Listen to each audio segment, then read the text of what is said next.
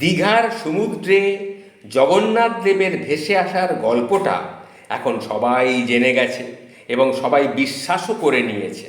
ঠিক এইরকম একটা ঘটনা ঘটেছিল কালকে আমার বাড়ির ছাদে।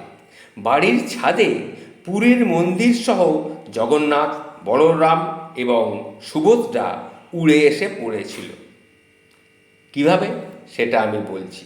আমার বাড়িটা একতলা বাড়ি। বাড়ির ছাদে উঠে দেখলাম আমার বাড়ির পাশেই তিনতলা বাড়ি।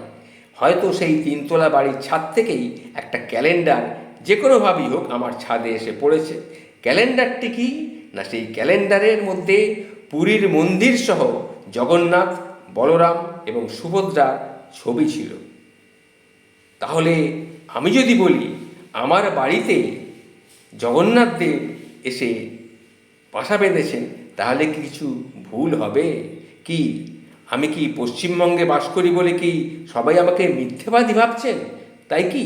না, না, না, এটা ভাববেন না। সত্যি আপনারা মাইরি পারেনও বটে।